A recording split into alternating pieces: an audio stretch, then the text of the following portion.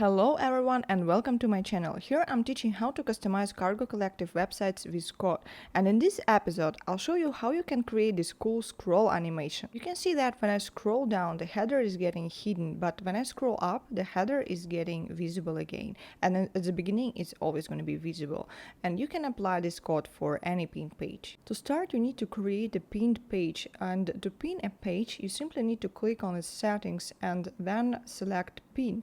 And within the settings you can choose which you prefer, and the most important thing is to fix it in place, because this is the whole point, to keep it while you scroll the page. And this is all you need to begin with, and the next step is to move to the code pen. You will find the link below. Here is a code pen, and you need to copy everything except for the top gray comments. So that's going to be everything starting from line number 7. Then let's go back to cargo, and within your pinned page you need to open code view, and somewhere beneath everything else you need to paste what you've just copied.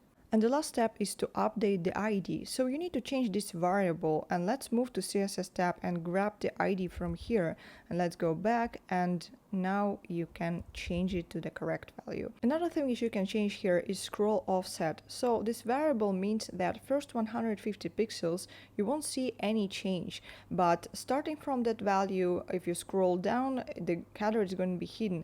Also, you won't see the animation happens while you editing your website. To see the animation, you need to publish the website first and then go to the published version, reload it, and you can see that it works now. Alright, everything is ready, and if you like the video, don't forget to subscribe to my channel and let me know what other tutorials you might be interested in. And see you in my next videos.